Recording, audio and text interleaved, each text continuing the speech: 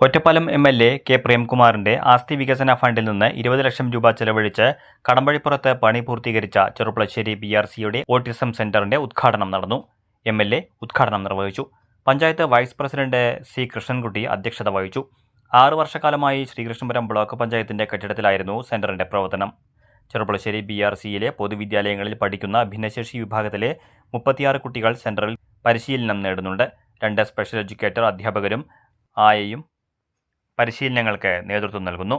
Block president K. Ashok Kumar, grama panchayat president M. K. Beena, SSK ജില്ലാ programme coordinator M. K. Noushad Ali, BPC N. P. Priyesh, ജില്ലാ പഞ്ചായത്ത് വിദ്യാഭ്യാസ standing committee chairperson A. K. Sheeladevi, panchayat vice president C. Krishnankutty, AEO E. Rajan, N. Vasudevan, M. P. Gopalakrishnan, P. Saleem, H. Sreejith, T. Sreelatha, P. C. Sivasankaran, Abin Baby, T. M.